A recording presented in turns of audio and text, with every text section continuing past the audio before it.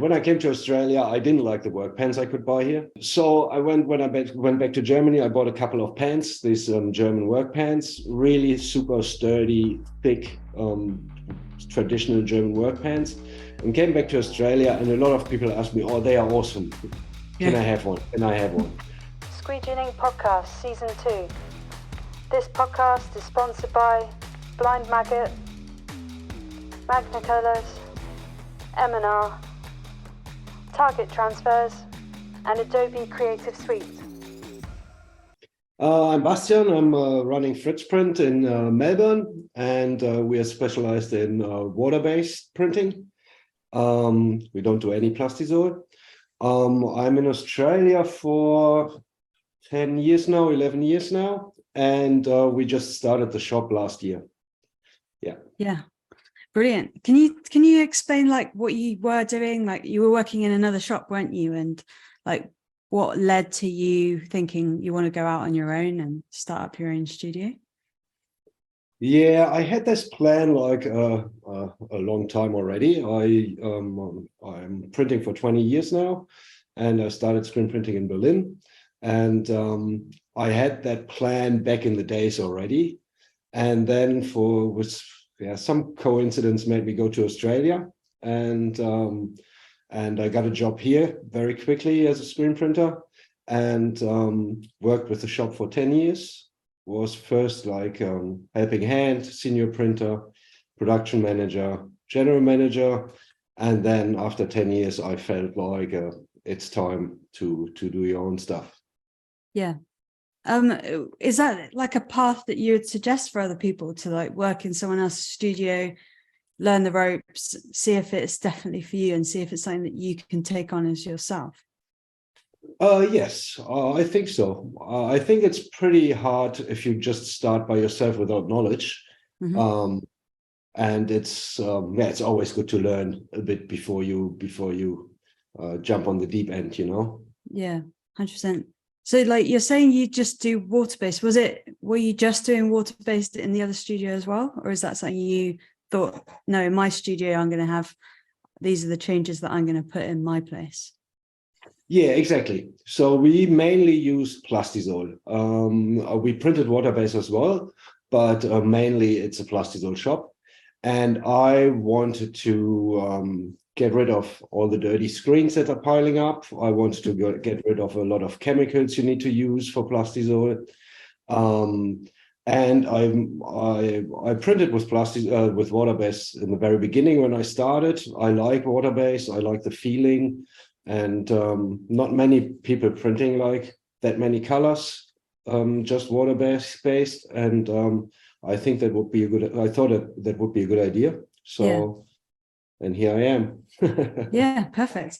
So like, what kind of like suppliers and manufacturers and like brands of ink do you have over there? Like, I think you have Magna Colours, is that right? Or yes, exactly. We print with Magna Colours. You have Permaset as well, and for a while we were printing with Matsui, but they don't have a distributor in Australia anymore. So, and then then we changed to Magna, and that's what I print with. Yeah, I like that. I like it very much. Yeah, I haven't heard anyone going to Magna Colours and then going back to anything else, which is that's right. Yeah, that's a good sign, isn't it? Yeah, 100%. And they seem to be like developing more like inks for specialty stuff. Do you ever like print onto like slightly unusual fabrics like pure polyester, or do you use any of those kind of things? Or are you mainly I use grey blocker base quite a bit for polyester stuff like basketball uniforms and all this sporty stuff. What I like as well with Magna is that they have like a lot of specialty inks like puff and the glitter and the bling is really nice inks. So you're really not like short of what you could use with plastisol as well. Basically, you can print the same special stuff. So that's really, really nice. Yeah, I've seen that on your Instagram. You're like, it's literally gone like puff, bling, and then like something with like crazy halftones in it. So there's like no restrictions in your studio, are there? Exactly. And I think a lot of people think that you're restricted with water-based a lot. but you're not actually. So you can do basically everything what people can do with plastisol as well. Yeah, no, 100%. They're actually trying to develop a blocker that's white instead of grey. And they said That like would the be a challenge. good one. Yeah, apparently, like I was like, what use case is that? But apparently it's so that like when you look from the other side of the fabric, it doesn't look like this crazy dark print. It looks a little bit more like part of the fabric, perhaps. But yeah, it's probably good for the coverage as well. do you reckon? Probably, Yeah, if you don't that's have a grey blocker but a white blocker, that makes like the top white shine a bit more. Oh, I of can course. imagine. Yeah, no, that's interesting. I hadn't thought of that. There's a really weird thing that I learned at Magna Colours actually when I was going around, but they said that if you're trying to do anything slightly transparent or like metallic, they're actually putting a dark underbase under it helps it actually reflect the light back at you. And that just doesn't make sense in my head. With glitter, you have that. If you print like glitter on a black base, it looks way better than on a white base because the white is just absorbing the glitter. We had that, but that's the same with plastisol as well. So we did that a couple of times where you have like a bright glitter on top and then you print a black base or dark gray or something like that. Something that you just very quickly said earlier was that you don't want all the screens laying around with plastisol, because that is a habit that people who print with plastisol ink have, that we're left to like, leave it on there, nothing's going to happen to that screen. So you just don't want those clogging up production, don't want that laziness with the press operators, that they can't have a Waterbased. It's laziness, and second, it's like really shit work. If you get someone in and pay him an hourly rate to clean like a whole day plastisol screens, I feel bad. So whatever you pay him, it's like really, really bad. And then they're standing there with mask and gloves, and you can't do that for that long. But it's like if you print with plastisol, they are gonna pile up. You can't really keep up, it's otherwise it's like disturbing the production if you clean the screen straight away after you take it down. But and I find it so much nicer to like just clean them quickly with water and then they are done, then they can go like either in the stripping pile or back on the shelf. I like that very much. So you don't have like these hundreds of screens standing around waiting for someone to come in and ruin its day, it's always going to be some poor bugger. I find it quite therapeutic because I can have my headphones on and but I do get that it is a messy job, and it's actually not completely unskilled. It's actually like, if you're not wanting them to spread the ink everywhere, you actually have to teach them like processes and standards and lots of different things. No, it's interesting. I feel that's a bit like with a lot of things where you think like it's so common sense and so normal, and then you get someone new in and you realize how it's not, how you have to really explain everything. You sometimes tend to forget that when you like for years in the business.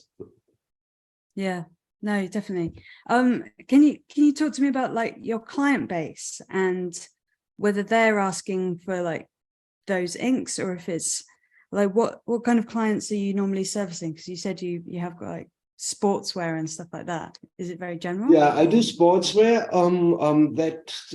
They didn't ask for Waterbased at all. They were a bit like afraid of it, I think. They were a bit like, oh really, what's the difference, and will it look the same, and a bit like that. I have other clients who really like that. I do a bit of contract printing. Some of them really like that I'm doing Waterbased. And apart from that, like clients that walk in, often I have to explain what Waterbased is. And often you get that, oh, is it the same? And does it wash off? And stuff like that. It's not that common yet here, or like well known or something, Well, do you know how you're talking about contract printing? I always feel like they've got this sample that they've had made, and then they're trying to get you to match that. So if you then say, oh yeah, but I only print with water-based ink. I can't match your sample. I can better it, but it's going to be different. Like, is that a challenge that you've had? Yes, that happens. If you say like, it won't look exactly the same, it probably looks better, but it doesn't look like that. It will feel better. So yeah, I had that. But usually that was not a problem once they received the first print. Yeah. Because the touch is just so much nicer than it's plasticine. Yeah. So you're just having to spend a little bit of time changing their minds, but then they get it once they have the shirt. Exactly. You have to explain it, you know. I think a lot of people think when you say water-based, they think it's washing off. Yeah. So I've had that reaction as well. I was talking to this other studio, and they're an American studio, and they were talking about how they've got some contracts, some, I don't know what you'd call it, commercial work, normal business work. And they were talking about like how you weigh up the two on like how much commercial work you're doing and how much of the contracts so that they don't disturb each other. I was just like wondering how you figure out your ratio of which, like what works for your studio, like how much of the contract you want to take on and how you work out if it's still profitable. Yeah, that depends also a bit on the clients, you know. If you have like a, how you call it, like a commercial client who prints regularly 500 t-shirts, that's basically the client you want to have. Yeah. If you have the same contract with the same quantities, you make less money because you don't earn money on the garments, so you're not selling the garments. So you want to have like a proper ratio. I'm not quite sure what that proper and healthy ratio is. So sometimes I do a lot of contract work where I think like, can't just someone walk into the door and, you know, but I think, so if you get like a ratio of 60-40, like 60 commercial and 40 contract printing, I think that's pretty good, you know? Yeah. No, that sounds reasonable. So I'm aiming for that. Yeah. Because that kind of makes sense in my head, because it's like 40% keeps the lights on, keeps all the supplies paid for, maybe even keeps the people, your wages paid. And then the 60 is like the bit that you can make the real like high margin on because you're charging for the garments. Yeah, exactly, that kind of makes sense. Yeah. So when you're supplying like normal customers and you're suggesting, for example, like garments and things, are you like guiding them towards certain brands of blanks, or are you letting them yes, 100%. Yeah. What kind of stuff are you pushing them to? Yeah, so we print mainly on AS color garments. And I think, I mean, like they're from New Zealand. I think they're in England right now as well. Yeah. I didn't realize they're a New Zealand brand. That's cool. Okay.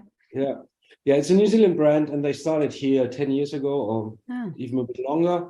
And I really like them. It's really nice garments. They are $1 more expensive than the cheaper ones, but it is better quality. And so I try to push the people a bit in this direction. And often when you show them samples, when you say like, that's $1 more, it prints nicer, it looks nicer, it feels nicer, they usually go for it. Yeah. No, yeah. I've found that the higher quality garments always do come back, because I even get customers who've come to us, got their garments, and then maybe they've even tried someone a bit cheaper, and then they go, oh shit, I messed up. Came back to us to try and get our service again, and we're like, why are you coming back? Why aren't you sticking with the other guy? And they're like, oh, we made a mistake. They're like got holes in them, and maybe the print wasn't the same. So it's funny. It's funny that we can all produce slightly that's different also things. like when you print like on a good quality garment or on a cheap garment, you see the difference. The print looks cheaper on a cheaper garment. That's what it is. So do you have on your press, can you talk to us about your press, and do you have one of those like Stampinator presses, like one of those heat press kind of, do you know people are putting on one head of their press now, they're like, it's almost like a heat press for one of the hot roller. You'll call it a hot roller. Yeah. Do you have one of those? No, I don't. We had one on the old press with the plastisol. I'm not sure if I actually need it with Waterbased. Yeah. Because it's so nice and flat anyways. Mm. I wanted to try that out, but the roller is $450 for my press or something. So, and I didn't really feel that I need it. So I didn't do it. When I have like a bit spare money, I think I buy one and just do it just to see how it comes out. Yeah. But yeah, that's great. We use that all the time. We used actually not just a roller, but like a heated roller from M&R. They have one. Yeah. So it's got like it's basically like ironing it. Yeah. Do you think it's harsh of me to say that that's kind of printers are using that to compensate for crappy garments? Because that's what it is in my head. I'm thinking like sometimes they've got a shitty garment and it's fibrillating, and then they're just heat pressing it. They're rolling it to flatten it out because they haven't got a good garment. But if they did swap up to something like AS Colour or Stanley Seller or something, then it would be smoother and they wouldn't need it anyway. I think it does make it smooth. I think it does make it smoother anyways, even on a good garment. On a high quality garment, if you can feel the difference if you print it with a hot roller or without. I think you can make up for it, obviously, when you have a cheap garment, and then that fixes the fibrillation a bit and stuff and makes it all a bit look nicer. But I think it has also an effect on good garments. 100%. Okay. It feels smoother as well. Yeah. What kind of choices did you make for your press? Was it what you could afford at the time, or did you do like a lot of research for buying your press for your own studio? That was like a coincidence, basically. I had like a small 6-color hand carousel, but then I decided already that I do my own stuff. And then I saw this press on eBay. Someone sold them in Queensland.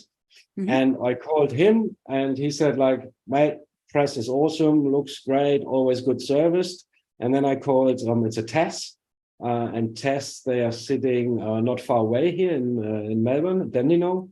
And then I called the technician from Tess, and he said like, yeah, exactly. And then he said like, no, it's a great machine. They had like the documentation about servicing and stuff like that. And he said like, oh, you can't do really anything wrong there for that price. And then I bought it. Yeah. And without seeing it, without knowing if it actually runs, but turned out well. So when it arrived here, I had the test guys coming, setting it up, and it works all fine. I mean, like, we had to fix a couple of heads. So it's a 12 color. I think 2 or 3 heads were not running very well. I think probably he never used them up in Queensland. Probably they printed like 2-3 color jobs for 10 years. So there was a bit rust involved and stuff like that. But no, we got it going, and now all 12 heads are working. Yeah, that's brilliant bit of advice. Like, just make sure that you've got the service in place for buying the press, because even if you get a really nice press and no one can service it, it's useless, isn't it? Because if it goes down, then you're screwed. Yeah, that's right. Yeah, and then new press I wouldn't have been able to afford. But if I would have bought brand new, I would have probably gone for an M&R. Really? I printed for years on a Sportsman. That's like what I learned, the machine I learned on, and I would have probably looked into these. If you would ask me now, I would go for a Tess. Cool, because you just like it a lot. I really like it. And I like that they are just around the corner, you know. If you need a spare part, you don't need to fly it in from the States, and they will be here like in 2.5 hours. We had like one flash breaking down, I bought a new one and called him, and he was here like by lunchtime, you know. Bloody hell. So that's great. Great service. Yeah. Yeah, 100%. Because if you're down for like a couple of days, that could be thousands of pounds gone. And then that's the difference of buying the more modern or better piece of equipment, probably. Yeah, that's right. It's really tricky. I obviously don't have a automatic. Can you tell me like actually how many colors you can print on a 12 head? Because it just seems that hardly anyone has like actually prints 12 color prints, because they have to have all those, like they have to have certain heads for, like, you know, cooling down stations and all that type of thing. Like, what's the most amount of colors that you would take on with your press? I would say 10. That's a bit stretching it. I have got 3 flashes. I mean, like for 10, obviously I need to remove one. Excuse me. But yeah, I would say 10. I printed once 12 colors on a 12 color machine and put the flash on the unloading station. But that's, or no, on the loading station actually, but that's just mental. You don't want to do that. Yeah. Then you want to have like a 16 color or something like that, you know? Yeah. Yeah. So is that more about like heat management rather than, because when you're working with an auto, you more like dealing with heat rather than anything that some manual printers doing, which is like to do with pressure and speed and stuff. So is that the main thing that you're thinking about when you're trying to teach someone to operate your press, for example? I mean, like heat is obviously a factor. But I mean, like everything else is like, it's like on the hand carousel as well, pressure, squeegee angle, timing. It's like, it's a bit like all what you have on the manual, but a bit faster.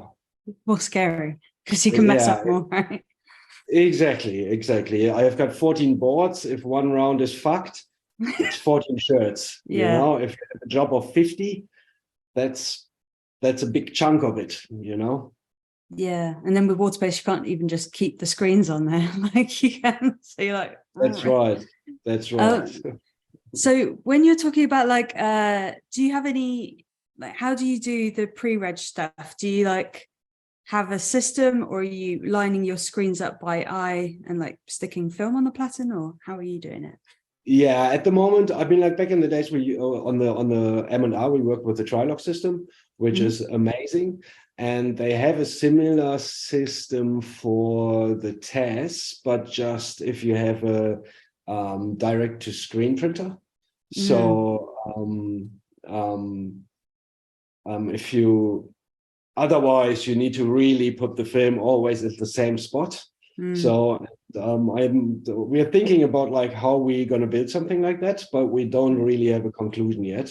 So at the moment, what we do, we measure the film, tape it on the screen, and then line it up on the film on the press, which is a bit time consuming compared to like a registration system.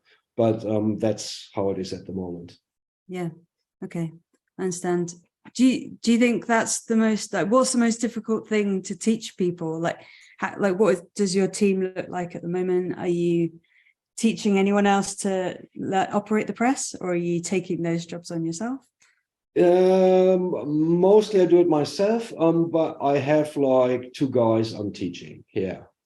What's the most? I usually say always double check. Yeah. Always double check. Don't even take it for granted when I say something. Always double check. Always look at the job sheet. Always compare the colors. Always double check. Don't just assume should be all right. You know, that's the biggest. That's whenever you think shall be all right, think again, because that's how I had the biggest fuck ups. It's like, should be fine. And 200 shirts later, it wasn't, you know? So rather be a bit more anxious and careful and slow down. We don't need to like get that all done in 2 hours, you know? We can take 4 hours, but then it's right, you know? Yeah, 100%. That's a bit the thing that I, apart from all the specifics, here you program it, here you do this, and here you do that, you know. Careful, double check after the first flash if it's dry, double check after the first flash if the t-shirt is scorched, stuff like that. Yeah, no, that's a good one. Like, go and actually make sure that you're not burning everything very slightly. Yeah, no. Exactly. Yeah. But all of that just comes from your experience trickling down. So they may have never messed up a job horrendously, but you're like, this can happen. You're trying to strike the fear into them, probably. There's a whole other. I know how much that costs to fuck a job up like that. At this time, I would have to pay for it. You know? Yeah, Yeah, it's not like their wages are going to get docked because they mess up 10 shirts, probably. No. That's not happening. No. Could you tell us about this whole other part of your business that's really unique, which is all the workwear that you've brought back, like you brought over, and can you tell us like who's wearing it over there and what it is? Sure. So that's basically how I came up with all this Fritz back in the days. I thought it was like a funny old German name, and I started to, let's start like that. When I came to Australia, I didn't like the work pants I could buy here. They were just cheap, and you got like when you're on your knees under the press and you get like holes everywhere all the time. So I when I went back to Germany, I bought a couple of pants, these German work pants, really super sturdy, thick, traditional German work pants, and came back to Australia. And a lot of people asked me, "Oh, they are awesome. Can I have one? Can I have one?" And then I started importing them. Called the company in Germany and said like, "Oh, I've got a lot of people who are interested in it," and that worked. So so I'm the only distributor of the pants in Australia, and it's really interesting. So you have like a lot of people like tradies, but you have also people who just looking for something special because they look unique. They have these double zippers, and they look unique. So that's how it all. That was my side hustle next. When I was basically working at the company. Do you call them lederhosen, right? They are still lederhosen, like lederhosen is the. What's the difference between leder is leather? Leather is a German word for leather. Okay. And they're not made of leather. They are like cotton, so 100% cotton. But they look a bit like that. I agree, because the lederhosen have these two zips as well. Probably it was inspired by that. I don't know exactly. Because some of them are breeches as well, aren't they? You call them actually Zunfthosen, which is like guild pants. As in like Traders Guild or something like that. Exactly. And they are very like roofies, carpenters. It's like just the traditional pants they wear. If you go on a construction site in Germany, you see them everywhere. So it's nothing really special there. It's just some ordinary work pants. I read up about them slightly, and they said something like they'd give them these amazing like work pants or work trousers, because then the young men would go off from their village into like the city or something and learn their trade, and they had to last them for the whole duration while they were away. So when they came back, they were like a master in their craft and something like that. That's right. That was back in the days a tradition. When you made like your apprentice, you made like 3 years apprentice, and then after that you had to go like I think for a year or something. They call them journeymen. So after you finish your apprenticeship and you're a proper carpenter or whatever, they send you out and say like, I think you were not allowed to get back to your village, or like even in a like 50 k's radius around it or something like that. I think the idea behind that was like, we taught you everything we know, and now you get out and learn something new, and then you come back and introduce us with fresh ideas. I think that's the idea behind it. And that still happens, not as much as back in the days, but people still do that, like in traditional trades. That seems like a really good idea. You're just kind of like forcing people to be like, stand on their own 2 feet, literally, and be independent. That's a cool cultural thing to have, isn't it? Have you seen any, like, what was the attraction to actually emigrating to Australia, and like how easy did you find it, and did you have to have a job set up before you went over? You came over? No, not at all. It was more like a coincidence. I wanted to get out of Berlin. It was winter, it was dark, it was depressing. And I thought like, I want to go somewhere where it's better weather. And but then I needed to go somewhere where I'm allowed to work and where I kind of speak the language. So there was not many choices. Yeah. And then I was like, oh, whatever, I'll go to Australia for a year, And I arrived here and I had like a bit of savings, but that was definitely not much. And I arrived here and like after 2 weeks, basically my savings were gone. Oh God. And then I was like, oh, I really need a job. And so since I'm a screen printer, I went like to the first shop basically I saw, and he hired me straight away. Said like, do you want to start tomorrow? And then I worked with him for 10 years. So I haven't had anything set up here.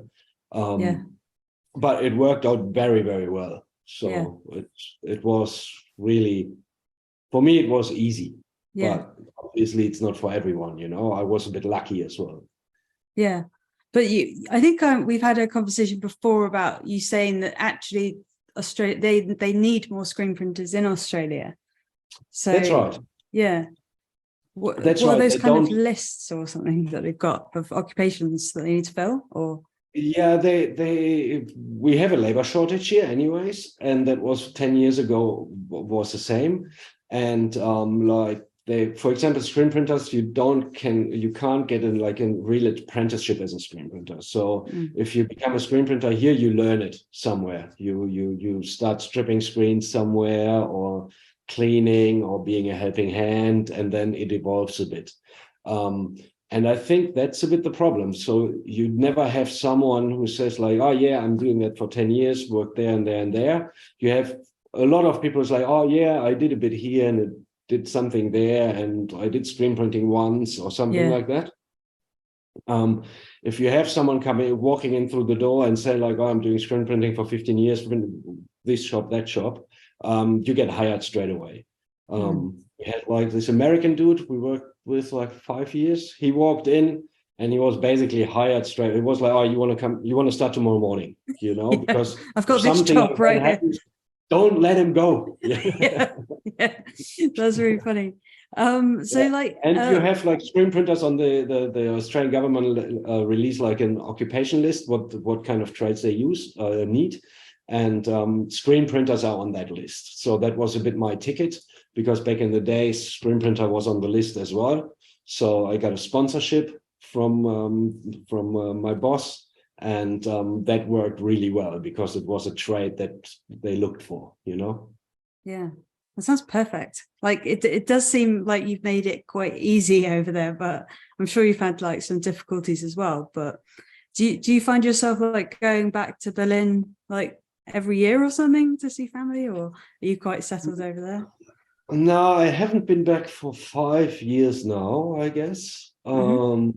But also my wife is from Japan, so it's a bit like tricky. So going to Japan and going to Germany, and then my family visited me here. My dad came over a couple of years ago, so it's a bit. Then we went to Japan, and it's hard. I can't. I think the first couple of years I went over every year, like for Christmas, but. Then you miss a summer here, and you're sitting in fucking minus 20 degrees. Yeah. You were just supposed to be in a nice, warm, cozy country, weren't you? But yeah, exactly. So it's a bit hard. I try to make it next year in springtime. Something. Yeah. So like apart from the work pants and stuff, what other things would you want to bring over to Australia that you think Australians need? Is there anything like that you're like seeing another gap in the market for anything, or? I'm not too sure. I'm not too sure. Question. Yeah, it's tricky, and it's often like my own taste is not necessarily the taste of everybody else here. Yeah.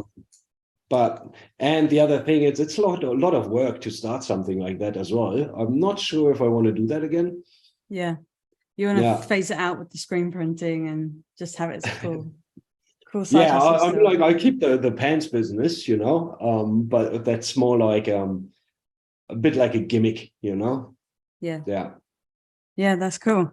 So what's the thing in your studio at the moment that's restricting you? So like often people have like something that they're pushing up against. So something like they haven't got enough staff, or they need another press, or like space, or is there any like what's the thing that's maybe holding you back, or like being At the moment, I would say screens.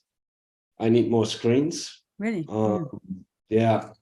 That's like, I mean, like I'm building up slowly, but in the beginning when I moved here, I had like 30 screens or something, and then you have like 3 8-color jobs, you know. Wow, so yeah, or something like that, you know. And I had like a couple of weeks where, I mean, like I don't know how many screens I have. I have more now, but I had like a couple of weeks where I stripped my screens twice a week, all of them. Yeah, that's serious, because you are doing some really complicated work, aren't you? Where it needs a lot of screens. So exactly, yeah. So and then this is it's a bit. Also, you know, this job will come back in like 3-4 weeks. But I just can't put the screens on the shelf. I will have to reshoot it, you know? Yeah. So this is really time consuming and annoying, especially because you know it will be annoying. It's always there and you know it, but it's like just no way around at the moment. So I put like always a bit money on the side and get like 10 new screens and stuff, but it just takes a while until you have enough, you know? Yeah, we're doing that as well, actually. We're like, right, we need literally the same as you. We need like 10 new screens. And then you're thinking, it's quite a big outlay. And then how long is that actually going to take to get it back? Because you always have to be like weighing up whether it's just something nice to have, or if you could be more economical and figure out how to use your screens more effectively. But if you're doing crazy detailed work like that, you're going to need lots, aren't you?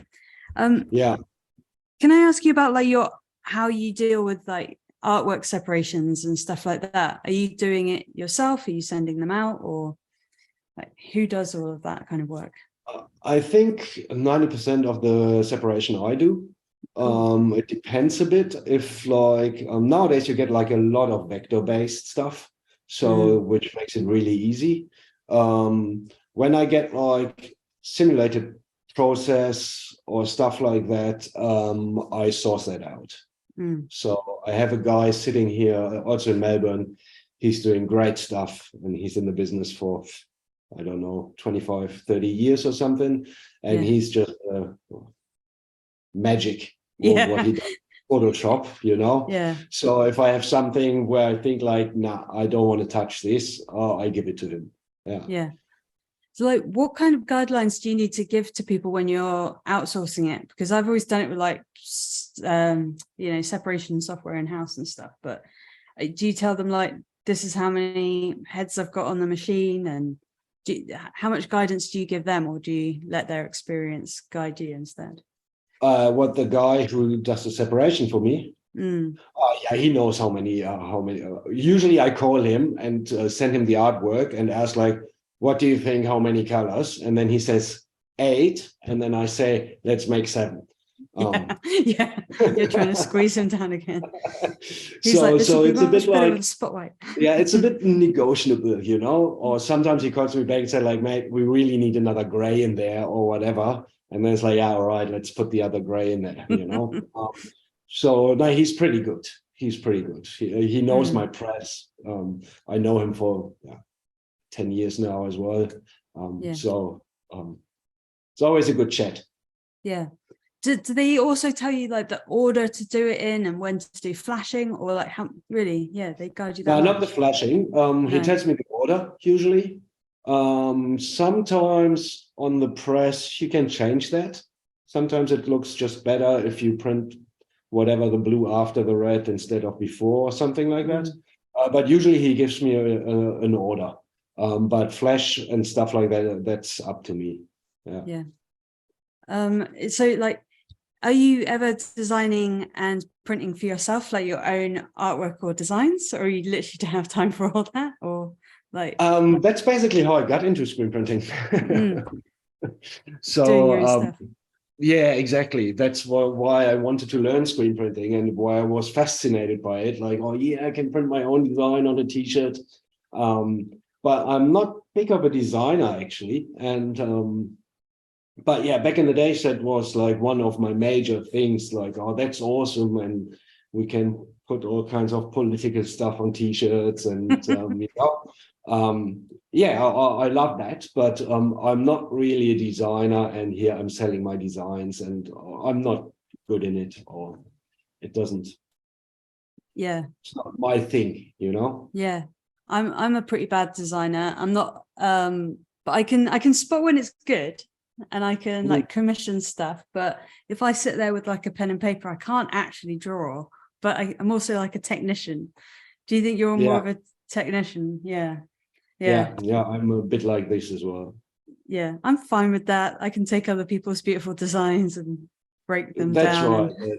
I mean, I can put up some, if they give me like, oh, we want to have something here and give me some elements, you know, I can put them together so that it looks good or whatever. Yeah. But I'm not like, yeah, I'm designing your thing, you know, which is really hard as well, because then they don't like it, then it's going back and forth, and then you're sitting there for hours and you're not sure what to charge there anymore, you know, and it's I don't like that.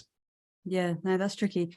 Do customers ever come to you with an idea and you're like, I need a design first? And like, how are you, do you say, go to this designer, they'll sort you out? Or is that? Yeah, it depends a bit. If they have a good idea, if they're nice guys, I'm happy to try to help. Or we try, or I say like, come in and we make something up, depending on what it is. If it's, I have the experience as well. Some people want to really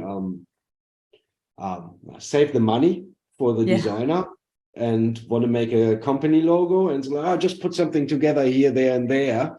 And that's usually where you get burned, because then they don't like the first one and the second one, and it's going back and forth. And you never talked about like, oh, you have to pay me this and that, you know? Yeah. So it depends a bit. It's a bit tricky. I had some clients where it's actually fun, like this like motorbike club. They're doing once a year, whatever, 50, 60 shirts for their local club. And he comes and like, oh, I want to have a chicken. Here's a chicken. Can you put it like on the front seat or something like that? You know, that's actually fun. And then it's like a bit like the design for a gag, you know, like everybody gets a shirt once a year. Everybody has a laugh, and that's fun stuff that I like, you know. Yeah. Have you found that you're doing work for the community and being known like in the city a little bit more? Like, are you doing a lot of local jobs, and how are you kind of like getting into the community and working with them? Or are you kind of like quite separate as like a studio? I think I'm known because I was running the other shop. So that's how I got like a lot of contacts and met a lot of people. And here it's a bit like, sure, the neighbor comes in and says like, oh, we need like t-shirts for the guys in the warehouse and stuff like that, you know. And usually you make it a bit cheaper when it's neighbors anyways, you know. I had another question, which was like, I know that you've worked in that other studio and then you're doing your own one. How do you make sure that you're not like poaching customers from the old studio? And like, how do you go, no, these are my customers, these are fresh ones, they found me, not the other way around? Like, is there any conflict there? No, I talked with my old boss about that. And that's pretty easy. He gives me a lot of club customers as well. Like whenever it's like he has too much to do, or it's too many colors, or he just doesn't want to do it, or for whatever reason, he just forwards me the email and says like, oh, can you take care of it? So we have a very, very good relationship. And a couple of customers try to come over to me. It's like, oh, now we can come straight to you. And I said like, no. You need to talk to Andrew first. I'm not stealing anyone's client here. And I think he knows that. So it's like we are on really, really good terms. And that was really important for me as well when I left, because I mean, like we worked 10 years together, you know, so you develop like a relationship, a friendship. So, and I didn't want to blow that after 10 years, like, oh, fuck off, now I do my own shit. Yeah. Exactly. So I want to keep that relationship, and that works very well. Yeah. Do you ever have to give jobs over to him because they don't want water-based or anything weird like that? Or is it mainly from him to you? No, mainly from him to me. Yeah. So it's tricky that, isn't it? Because he's like trained. Well, I don't know how much training he gave you, but you've now developed into your own parallel studio, and then you've got people working for you. So they might actually, you know, get experience in your studio and then maybe become your competition. So sure. Yeah. How do you kind of like deal with training them, but also like maybe knowing that they're going to leave one day? Like how do you know how much time to invest in your staff? That's a tricky question. You never know. You never know. For example, at the old studio, we had like a Japanese backpacker, and everybody said, don't train him up, he will be gone, and he will be gone. He ended up studying here in Melbourne, and now he's actually doing my job at the old company. So, really? And nobody would have thought that, you know? And I was like, nah, he's fit. Let's put him on the machine. Let's teach him, you know? And that worked out well, but it can go the other way around. I think, I never know. At the moment, I'm training a guy, I don't know, probably he leaves next year or whatever, but what do you want to do? You know, what's the alternative? Not training anyone and just keeping little secrets by yourself. It's, and I think the best thing is like just keeping like, in case something happens, like you just said, like, oh, they make up their own shop, like in a couple of years, just try to keep a good relationship, you know, like my boss did with me, or I did with my old boss, you know. It's like a bit sharing the love, you know. When I have problems and I don't know, like, what's with the neon pigments, why is this, and how did we do it? Like, I have no problems to call him, and he has no problem, like, mate, use this and use this, you know. So, or he calls me, how do you do this? Yeah, I do it like this, like that, you know, like helping each other out. I think that's the best. And even if someone leaves, probably you can still profit on it, you know? Yeah, 100%. Or work together. Yeah, you definitely do need friends in this industry, because silly little things can really disrupt your whole day or even ruin it because you just don't understand something. So do you think, apart from him, do you have any other like studio owner friends or colleagues, or any groups where you can chat and ask questions or give advice to? Sure. I mean, like my supplier, for example, he's pretty good.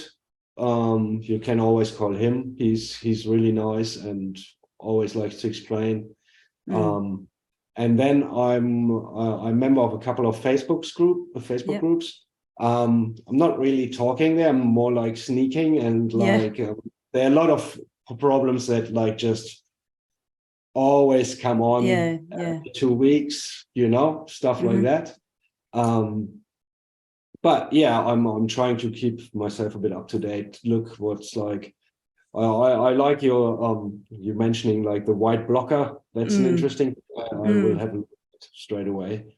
Yeah, well, they haven't done it yet. That's just that I was just in there asking them like, what is the thing that you want to develop, and that's like the golden thing in their head that they're trying to achieve, but they haven't done it yet. It's funny because you need the coal for the block, isn't it? Yeah. So you need to create white coal or something like that. Exactly. Or have a coal powder in there that's completely absorbed by white, or who knows? Make it ash first, which is white. That's right. That's silly. I know. Yeah, no, it's funny. So can I ask about, because obviously in Australia, you've got completely, in my opinion, very difficult circumstances to be printing water-based ink in. Like, have you got like crazy high humidity and all the things that you'd normally fight against? Like, are you having to put in foggers, or how are you dealing with like the flow of the water-based ink Are you like spraying it, or how are you figuring it out? Usually we're spraying it. I mean, like we are in the. My electrician was in today. We are thinking about like building a little fogger like that hits like when the squeegee hits the end, that it hits like a little button, and then it gives like just a tiny little mist on the ink. We're thinking about that, but at the moment we're just like running around with spray, so which is obviously not ideal, but yes, see what happens. But I would like to have like this. Just a little spray bottle on the end, and it hits the button when the squeegee runs over it, hits the button, and then just sprays a tiniest bit just to keep the ink moist, you know. That would be great. That would be great. So we are trying to figure out how we do that. Yeah, I bet you develop it and then sell it to all the other screen printers, and that's your next side hustle. In my case, I develop it, and I'm so proud and brag about it, and then someone else builds it and patents it. Yeah, but it could be something. Imagine if it's something just really easy, like you put an extra long lever on your spray bottle, and then when the squeegee puffs it, it's just like you just don't have to engineer it at all. Yeah, it can't be. There is an easy solution, I guess. You just have to dig into it and then make it happen. You know. Yeah. Yeah. Are you quite good at doing that kind of thing, like making and fixing things in the studio? Oh yeah, I love that. Yeah. I love building and fixing and trying and repairing and I like that kind of stuff. Yeah, it's interesting that you did say that you'd get the same press again, or like their bigger version or something. Like, I would buy a new one, obviously. I mean, like this one is like almost 20 years old now. But I was recently at the factory and they showed me the new 16 colors. Beautiful machine. It's way smaller than mine as well. I was like, wow, 16 colors and smaller than my 12 color. Bloody hell. But I have these massive boards for printing tea towels. I think I have a print stroke of 1.5 meters or something like that. Yeah, 1.5 meters. Yeah. It's 44 inches. That's insane. I'm looking at that now. I'm like, wow.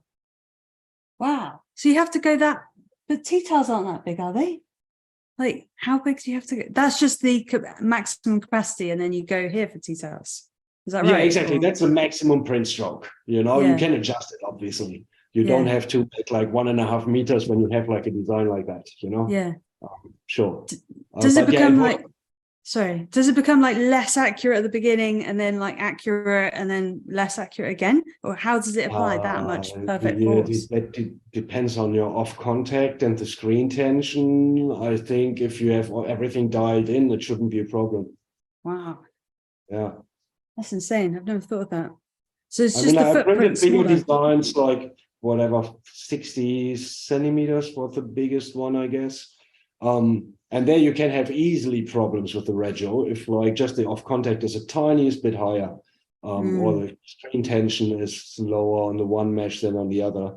So on a short little chest print, doesn't matter, but sure, as longer you go, the more problems you have. Oh, right. Yeah. Yeah. That's crazy, isn't it? Yeah. I'd never imagined that big, because I've always I thought I was doing quite big stuff on my little manual. I'd never find t-shirts that can hold something like a 60 centimeter image without having to like just stick to XLs and double XLs and triple XLs. But that's right. That's right. Yeah, it's interesting. So like what's coming up this week, and like what have you got on your jobs that you're looking forward to? That's a good to print a couple of transfers. We did that recently, also Waterbased, also with Magna. Yeah. All right. Yeah. We print them on the hand carousel and then press them on a really cheap head press. I have to buy a new one as well. It's horrible.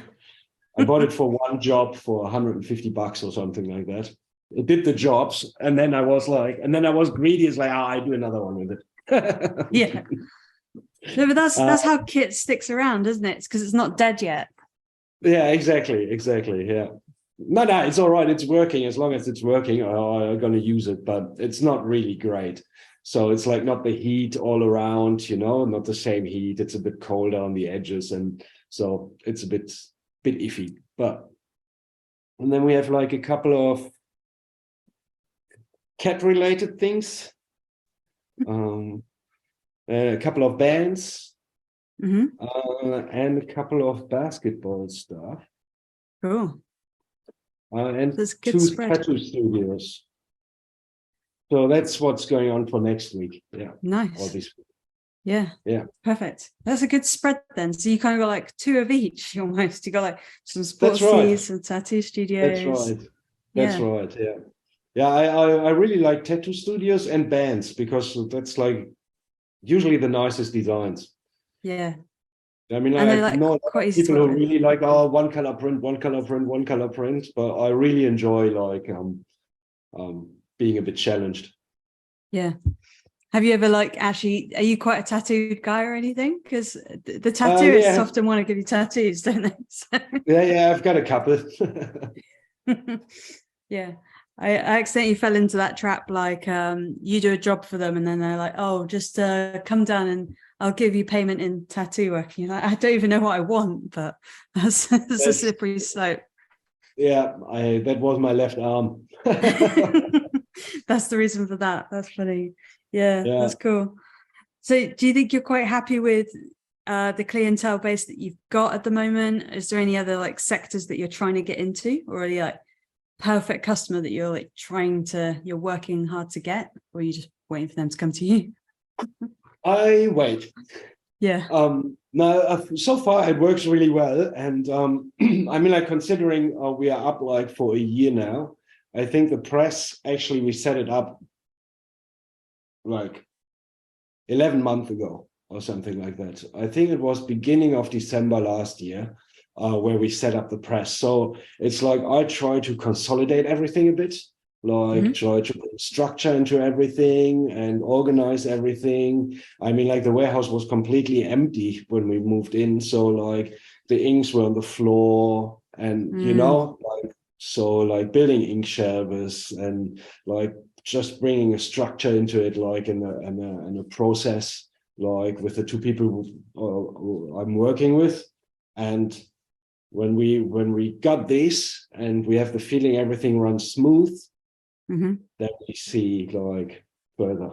Yeah, exactly. That's my idea. At the moment, I'm not thinking about like, I want to have this client, I want to have that client, I want to bring like structure into everything, like make it like now it's running nice and smooth.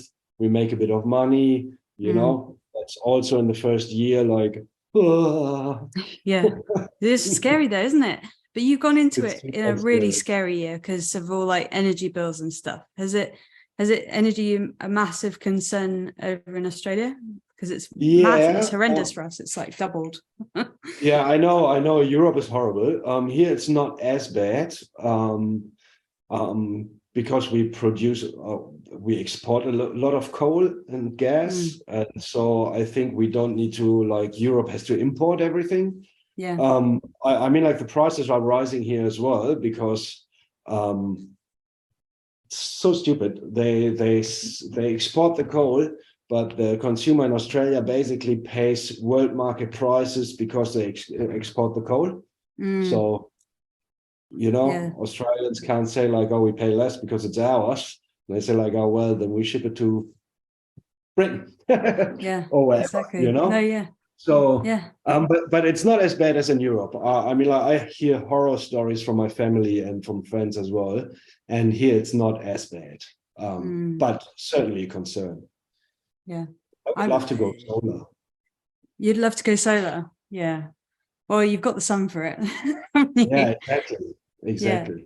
But being self-sufficient must be the goal, because it's pretty, you can't really plan, because even with the like garment prices going up all the time, I can't have a quote. I used to have quotes where it was like, oh, this is it for 30, 60 days. And now it's like, no, this is like, I'm promising this for 2 weeks because I don't know what's happening. But how do you keep on top of all that? Do you take on all the finances and the books, and are you doing all of that kind of planning, or you getting any help with it from accountants or anything?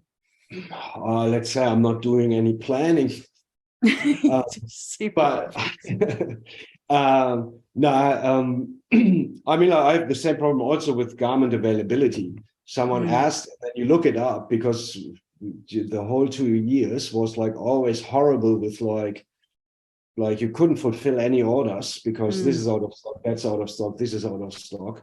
And so now I'm like, and I did a lot of times, I said like, yes, and then you're actually selling the garment that is not there. And then you have a massive backlog. That means like 4 months later, there's no money coming in anymore because you spent it all already, but you still have to order all the garments that are on backlogs that the people paid for already. Oh, you know, that's horrible. So, so what I do now is that like I look it up and the garments are there, and they say like, if you pay today or tomorrow, I can guarantee the garments are there. If you pay next week, I can't guarantee. I order what's there, but there will be no back order. So I'm not printing on another 4 shirts because they are out of stock. You know, this is a massive difference to like all the years before, where it was not a problem.